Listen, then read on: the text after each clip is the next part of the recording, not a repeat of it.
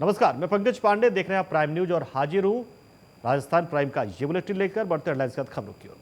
Akhil Bharatiya Congress committee के SC ST OBC मोर्चा के राष्ट्रीय चेयरमैन राजेश लिलोटिया प्रतिज्ञा दिवस समारोह में भाग लेने के लिए चित्तौड़गढ़ पहुंचे, जहां उन्होंने कहा कि कांग्रेस संविधान की रक्षा करने के लिए आंदोलन चलाया जा रहा है।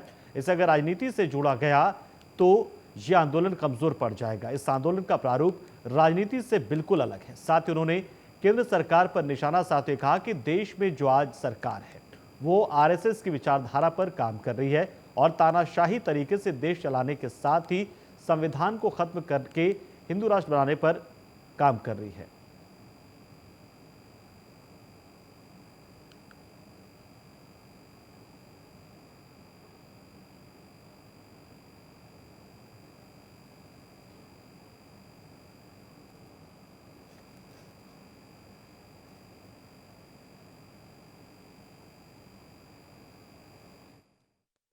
देखिए, मैं इसको राजनीति से नहीं जोड़ना चाहता हूँ।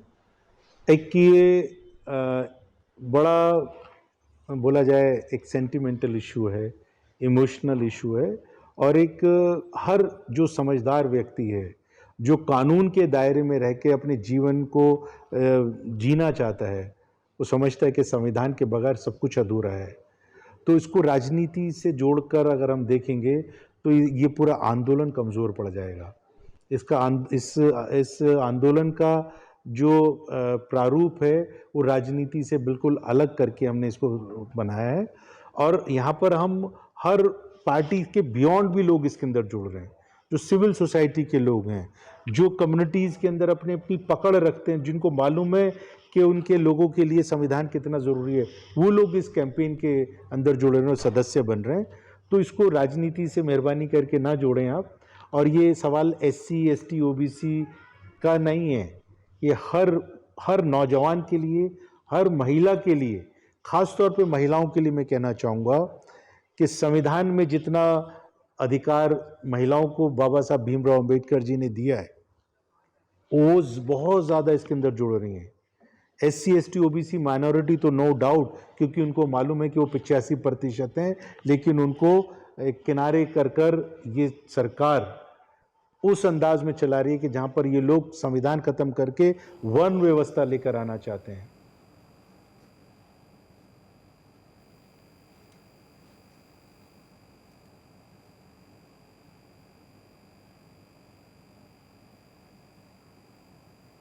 तो कांग्रेस के एसटी एससी ओबीसी मोर्चा के राष्ट्रीय चेयरमैन यहां पर पहुंचे हुए थे चित्तौड़गढ़, और कहा कि मौजूदा सरकार इसी तरीके से काम कर रही है जिसमें पिछड़ों के लिए कोई जगह नहीं है। वो चाहती है कि देश हिंदू राष्ट्र बन जाए, और इसी को लेकर एक जन जागरण अभियान कांग्रेस चला रही है। हालांकि उसका राजनीति से कोई लेना देना नहीं है, बल्कि ये एक जन जागरण अभियान ही है जिसे इसी रूप में लिया जाना चाहिए। आंदोलन का प्रारूप ही राजनीति से बिल्कुल अलग है। ये राजनीति करने के लिए नहीं है, बल्कि एक सामाजिक सौहार्द बने रहे, जो भाईचारा की बात हम देखते आते शुरू से जो खत्म हो रहा है, छिन्न भिन्न हो रहा है, उसे ही मजबूत करने का प्रयास हमारा है। सुरेश जैन हमारे साथ इस खबर पर पूरी जानकारी के लिए हमारे सहयोगी सुरेश जुड़ चुके हैं। सुरेश जी, और क्या क्या यहाँ पर कार्यक्रम है जो राष्ट्रीय चेयरमैन है एसटी ओबीसी कांग्रेस मोर्चा के?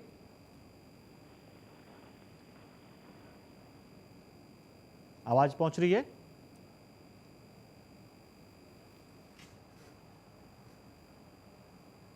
तो संपर्क हमारा टूटा। और आगे बढ़ते खबरों में, सहकारी समितियों में होने वाले चुनाव को लेकर विवाद लगातार सामने आ रहा है। पहले खाजूवाला और दंतौर में चुनाव में विवाद देखने को मिला, तो अब छतरगढ़ में भी चुनाव के दौरान विवाद हो गया।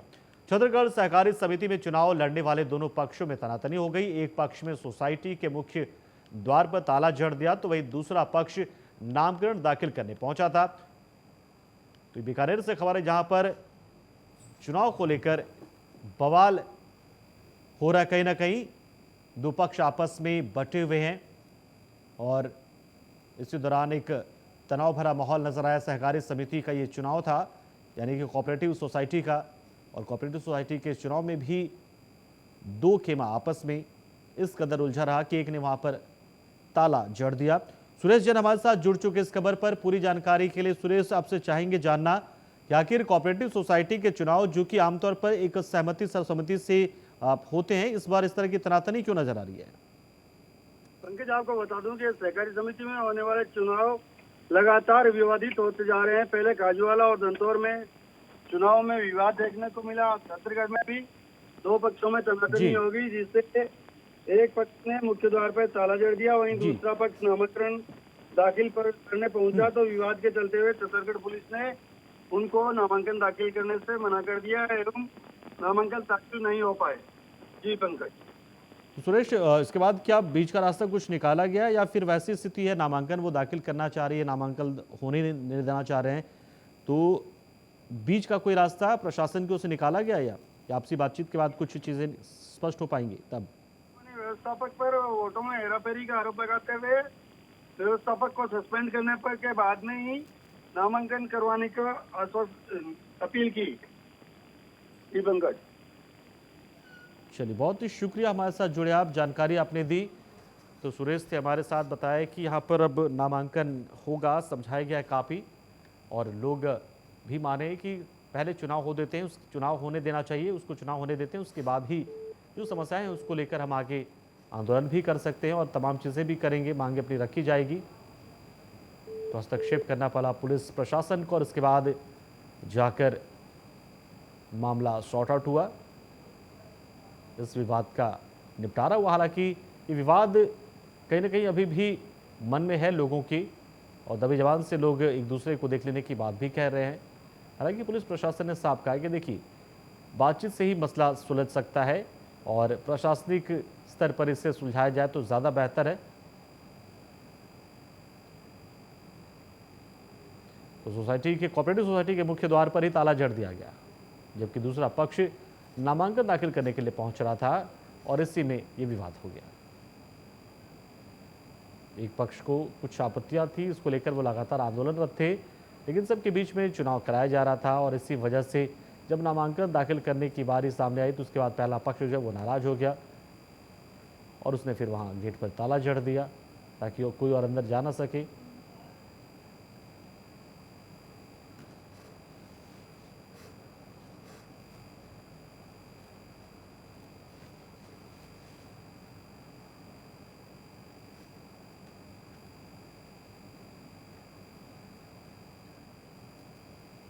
तो बीकानेर से ये खबर है जहां पर चुनाव को लेकर हो रहे विवाद में चुनाव लड़ने वाले दोनों पक्षों में तनातनी हो गई और देखिए सोसाइटी के मुख्य द्वार पर ही ताला जड़ दिया गया।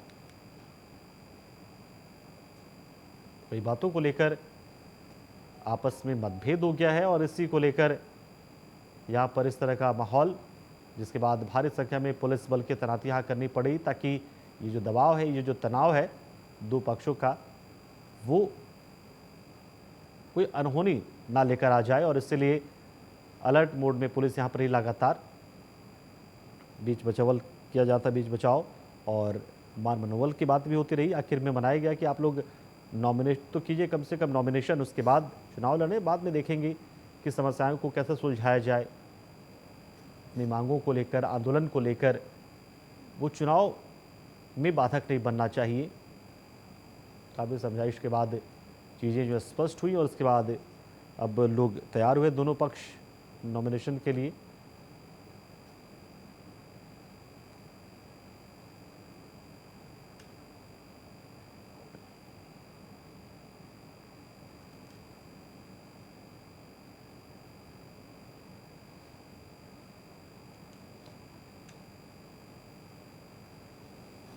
तो कोऑपरेटिव सोसाइटी सहकारी समिति का ये चुनाव बहुत मायने रखता है। इसके जरिए न सिर्फ किसानों को कई तरह की सुविधाएं मिल पाती है, बल्कि इसके जरिए कई तरह के जो सहकारी समितियां हैं वो कई दूसरे तरह के कारोबार में जो कारोबारी होते हैं उनको आर्थिक मदद भी पहुंचा पाती हैं। नेता प्रतिपक्ष राजेंद्र राठौर ने यहां पर बयान दिया है। उन्होंने कहा कि कमल का निशान आज सभी राज्यों में खिल रहा है। 16 राज्यों में बीजेपी की सरकार, आगामी 3 राज्यों के चुनाव में कांग्रेस का सुपड़ा साफ होना निश्चित है। कांग्रेस के राज्य में राजस्थान की जनता को अब मिल जाएगी निजात। बीजेपी का कार्यकर्ता इसी संकल्प के साथ आगे बढ़ रहा है। साथ ही उन्होंने ये भी कहा कि आज का दिन गौरवशाली। बीजेपी ने 43वां वर्ष का सफर पूरा कर लिया, 43 वर्ष का, और अब 44वां स्थापना दिवस मना रही है। विश्व की सबसे बड़ी पार्टी लगातार 9 साल से शासन कर रही है। पीएम मोदी की इस पार्टी की अगुवाई कर रहे हैं और उनके नेतृत्व में हम आगे बढ़ रहे हैं।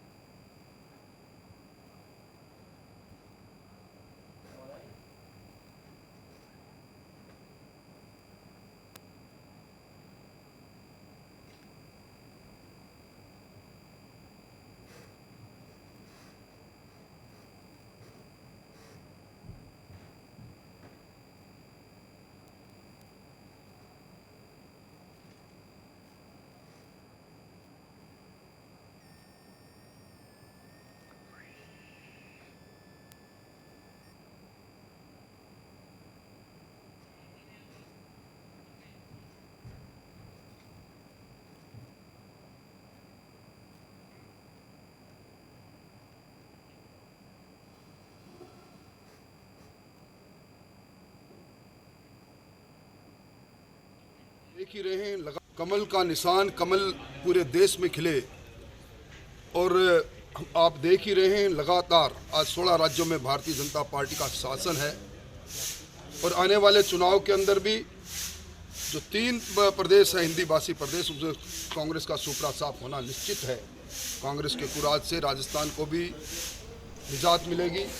हमारे कार्यकर्ताओं ने कमर कस रखी है और आज के दिन संकल्प के साथ इसको और आगे बढ़ाएं। राजस्थान विधानसभा के चुनाव में करीब 8 माह का समय शेष है, लेकिन नेता अभी से अपने अपने विधानसभा क्षेत्र में सक्रिय हो गए और जनता जनार्दन के लिए कार्यालय भी खोल रहे हैं। आज गुरुवार को धौलपुर के बाड़ी विधानसभा के पूर्व विधायक जसवंत सिंह गुर्जर ने बाड़ी कस्बे में अपना कार्यालय खोला है। उद्घाटन के समय कार्यकर्ताओं को संबोधित करते हुए बाड़ी के वर्तमान कांग्रेसी विधायक गिरिराज सिंह मालिंगा पर भ्रष्टाचार को लेकर तमाम आरोप भी उन्होंने लगाए। और माननीय सचिन पायलट जी के आपसी झगड़े की वजह से कुर्सी बचाने के चक्कर में ये पिछले 4 वर्ष से रहे हैं। जनता से कोई लेना देना नहीं है और हमारी सीट नहीं चली जाए, कुर्सी नहीं चली जाए, इसलिए एमएलए को अपने क्षेत्र का, इन्होंने अपने अपने विधानसभा क्षेत्र का मुख्यमंत्री के पावर दे दिए। मेरी याद में मैं 69 साल का हो गया, आज तक एमएलए के कहने से कलेक्टर एसपी लग रहे हैं, ट्रांसफर हो रहे हैं एसडीएम के, कलेक्टर के, एसपी के। ऐसा नंगा नाच तो मैंने पहली बार देखा है। तो क्यों नहीं हौसले बुलंद होंगे एमएलए के? ये जो लूट आप पूरी जनता देख रही है, चाहे बाईपास हो, चाहे ठेके सड़क के हों, चाहे सिंचाई के ठेके हों, चाहे किसी भी पीएचडी के हों, किसी भी ठेके पीडब्ल्यूडी के हों, एक भी ठेका ऐसा नहीं है जो माननीय विधायक जी के घर पे आके अधिकारियों को बुला के अपना कमीशन तय करके और ठेकों का बंटवारा होता है। ऐसा आज तक नहीं हुआ।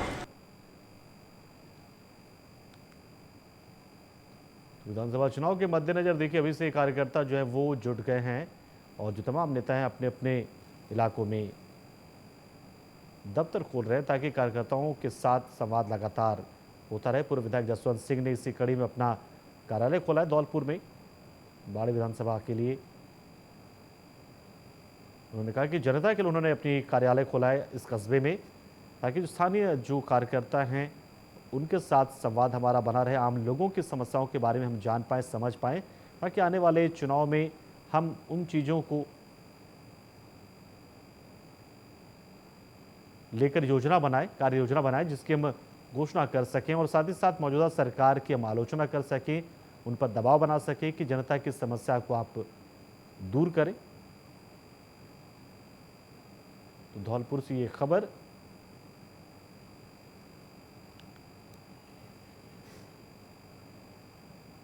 तो जयपुर में श्रद्धा और उत्साह से हनुमान जयंती मनाई गई और इसमें बड़ी संख्या में श्रद्धालु पहुंचे हुए थे। जलदाय मंत्री डॉक्टर महेश जोशी ने भी हनुमान भक्ति में समय बिताया। मंत्री डॉक्टर महेश जोशी ने सुबह आवास पर सपरिवार ही राम भक्त हनुमान की पूजा अर्चना की और शहर के चांदपोल हनुमान मंदिर और चिंताहरण हनुमान मंदिर में दर्शन किए। हनुमान जी के दर्शन कर देश प्रदेश में खुशहाली की कामना की।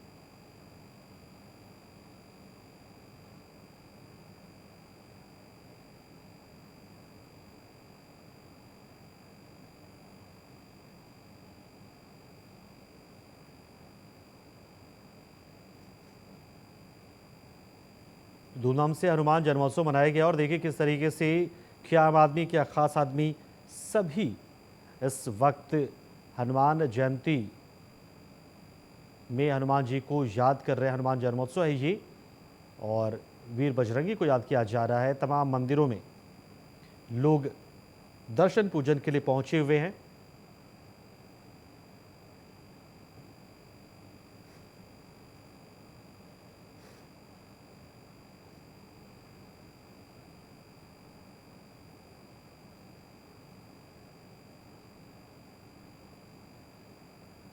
और उसी कड़ी में देखिए मंत्री महेश जोशी भी पहुंचे थे और कई एक हनुमान मंदिरों में पहुंचकर उन्होंने वहां पर जायजा लिया, श्रद्धालुओं से मुलाकात की और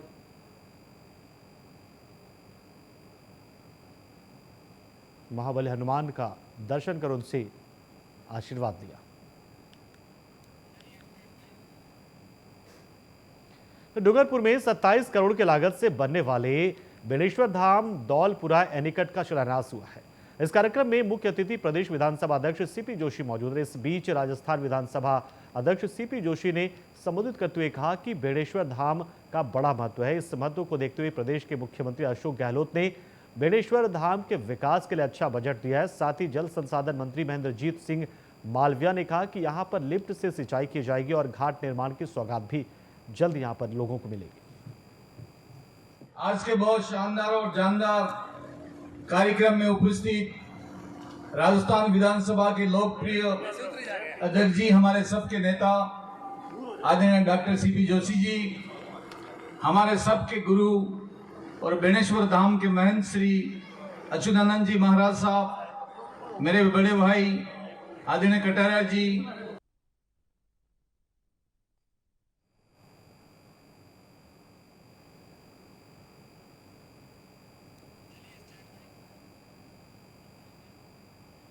तो डूंगरपुर जिले के दोवड़ा थाना क्षेत्र के पातली गांव में विक्रम सिंह नामक युवक की हत्या का मामला सामने आया था। इस पर पुलिस ने मामला दर्ज कर जांच शुरू की है और पुलिस की युवक की हत्या का खुलासा करते हुए 7 आरोपियों को गिरफ्तार किया। पुलिस ने बताया कि 1000 रुपयों की उधारी के लिए युवक की हत्या की गई थी। ये बात सामने आई है।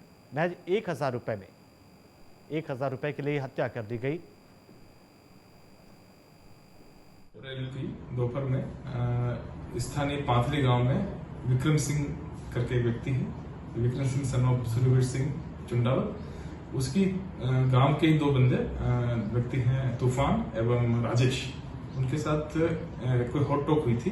कोई उनका 6000 रुपए का मामला था जिसमें तूफान ने विक्रम सिंह जी से लिए थे और 5000 तो तूफान ने लौटा दिए थे, 1000 रुपए लौटाने बाकी थे। तो इस बात को लेकर 1000 रुपए मांगने की बात को लेकर दोनों में हॉट टॉक हुई। इसके बाद दोनों अपने अपने घर चले गए। लेकिन शाम को समय करीब शाम को 8 साढ़े 8 बजे के आसपास विक्रम सिंह जब स्थानीय सुखदेव चौराहे की तरफ जा रहे थे, तिराहे की तरफ, तो उस दौरान तूफान और राजेश अपने कुल 10 साथियों के साथ वहां पहुंचे और कुदाली से लाठियों से और उनके ऊपर हमला कर दिया। तो इसके बाद वो उनका और हमला करके गाल अवस्था में उसको छोड़ के वहां से चले गए। इसके बाद इसकी घर वालों ने उसको हॉस्पिटल एडमिट करवाया, जहां इलाज के दौरान उसकी विक्रम सिंह की मृत्यु हो जाती है। विक्रम सिंह की मृत्यु के बाद जैसे पुलिस को सूचना मिलती है, उच्चाधिकारी को सूचित करते हैं। श्रीमान पुलिस अधीक्षक महोदय, एडिशनल एसपी साहब एवं हमारे डीवाईएसपी साहब ने इस पर तुरंत एक्शन लेने का हमें निर्देश प्रदान किया। इस पर हमने एक टीम गठन कर तुरंत ही जो 10 मुलजिमान थे गिरफ्तारी के प्रयास शुरू कर दिए। और खबर धौलपुर के सैपाऊ उपखंड से है, जहां विक्रमपुरा गांव में जहरीला दाना चुगने से 3 राष्ट्रीय पक्षी मोरों की मौत हो गई है और अचेत हालत में 7 मोर मिले थे, जिसमें 5 मोरों की आज गुरुवार को मौत हो गई। मोरों की लगातार मौत होने से मामले में वन विभाग के कर्मियों की लापरवाही सामने आ रही है। ग्रामीणों ने वन विभाग के नाके पर तैनात कार्मिकों के खिलाफ आक्रोश व्यक्त किया। पुलिस ने मृत मोरों का पोस्टमार्टम कराकर अंतिम संस्कार करा दिया है। नमूने लेकर जांच के लिए भरतपुर भेजा गया है। जांच के बाद ही सभी मोर की मौत का खुलासा हो सकेगा। सेपू थाने के अंतर्गत सिपो गांव के पास एक विक्रमपुरा गांव था। वहां पर करीब आज निगत अवस्था में 7 मोरों की मृत्यु हो गई थी। इनके कारणों को जानने के लिए फॉरेस्ट की टीम भी आ चुकी है और डॉक्टर की टीम भी आ चुकी है, उनका पोस्टमार्टम कराया जा रहा है। जैसे भी जो कारण स्पष्ट होंगे अनुसार आगे की कार्रवाई की जाएगी। तो बाड़मेर के बालेतरा समेत इन दिनों कई क्षेत्र में गर्मी का प्रकोप लगातार जारी है। गर्मी के प्रकोप से किटनोद गांव में पेयजल आपूर्ति बिगड़ी हुई है। गांव के लोगों को आधा पानी तो दूर, मवेशियों को चौथाई पानी भी नसीब नहीं हो रहा है। लोग बूंद बूंद पानी को तरस गए हैं। प्रशासन और जलदाय विभाग के अधिकारियों के समाधान में रुचि नहीं लेने से आमजन में रोष है।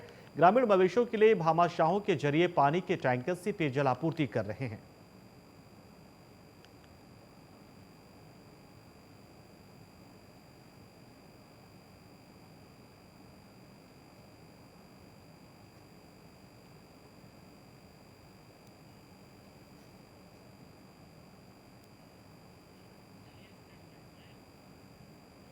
तो चित्तौड़गढ़ में हनुमान जन्मोत्सव का पर्व धूमधाम और हर्षोल्लास के साथ मनाया गया। इसी को लेकर सभी हनुमान मंदिरों को फूल मालाओं से सजाया गया और हनुमान मंदिरों में अखंड रामायण पाठ करने के साथ विशेष हवन किए गए। हजारेश्वर महादेव मंदिर के महंत श्री चंद्र भारती जी महाराज ने बताया कि कलयुग में राम भक्त हनुमान जी की आराधना करने से सभी कष्ट दूर होते हैं और आज के दिन 56 भोग प्रसाद चढ़ाने से सभी मनोकामनाएं पूरी हो जाती हैं। श्री हनुमान जयंती का जो है ये भगवान का अगर इनके कृपा लेनी है बहुत जल्दी प्रसन्न हो जाते हैं। राम जी की माला फेर के और हनुमान जी का जो है चोला चढ़ाया जाता है या सिंदूर चढ़ाया जाता है और चमेली का तेल चढ़ाया जाता है, रोट चढ़ाया जाता है और 56 भोग के द्वारा इनकी जो पूजा की जाती है तो सुंदरकांड का किया जाए तो कहते हैं पूरे साल जो है आदमी स्वस्थ रहता है। उनके घर में जो रुके हुए काम है वो सारे सिद्ध हो जाते हैं। और हनुमान जी को रोट बहुत पसंद है, भोंगड़े चने पसंद है और जो भी उनको जो है वो प्रसाद के रूप में चढ़ाता है वहाँ पर तो उनके घर में सुख शांति समृद्धि होती है, धन की वृद्धि होती है, क्योंकि ये रुद्र के अवतार है। ओम नमो हनुमते रुद्रावतार है, भक्तजन बनाए कल्पना कल दुमाए, दुष्ट मनोरथ संबनाए, प्रभंजन प्राण पाए, महाबल पक्र में महाविपत्ति निवारण है। ये सारी विपत्तियों का नाश करने वाले हैं और भगवान को कलयुग के जो है देवता केवल एक ही है, वो है हनुमान जी। सिरोही जिले के माउंट आबू स्थित ढूंढाई के नीलकंठ महादेव मंदिर परिसर में आज कांग्रेस नगर मंडल का स्नेह मिलन और अभिनंदन समारोह का आयोजन किया गया। यह आयोजन अध्यक्ष देवी सिंह देवल के नेतृत्व में आयोजित किया गया। इस दौरान नवनियुक्त ब्लॉक अध्यक्ष राम सिंह सिसोदिया ने कहा कि पार्टी अपने संगठन को पहले की तरह मजबूत करना चाहती है। सभी कार्यकर्ताओं को जमीनी स्तर पर काम करते रहना चाहिए। संगठन में मजबूती होती है इससे तो उम्मीदवारों को चुनाव जीतने में मदद भी मिलती है। बहुत कार्यकर्ताओं में बहुत उत्साह था। हमारे राम सिंह जी पुराने कार्यकर्ता है और संगठन का इनको खूब अनुभव है। ये सभी को साथ लेकर चलेंगे। हमारे नए ब्लॉक अध्यक्ष जी से हमें काफ़ी आशाएं हैं और कार्यकर्ताओं में बहुत उत्साह था। आगामी विधानसभा में क्या कांग्रेस इस बार पूर्ण बहुमत के साथ विधानसभा जीत तय कर पाएगी? निश्चित रूप से हमारे लीडरशिप को देखो, हमारी सरकार की कल्याणकारी योजनाएं हैं, उन सबको अगर हम जन जन तक पहुंचाने में सफल हो गए तो बाजी हमारे हाथ में है। हम निश्चित रूप से जीतेंगे और आबू पिंडवाड़ा में जो इतना खालीपन आ रहा है पिछले 2-3 कार्यकाल से, उसको हम भरने में सक्षम रहेंगे। और राजस्थान प्राइम के इस बुलेटिन में आज इतना ही, लेकिन खबरों का सिलसिला प्राइम न्यूज पर लगातार जारी, तो आप बने रहे हमारे साथ, देखते रहे प्राइम न्यूज। नमस्कार।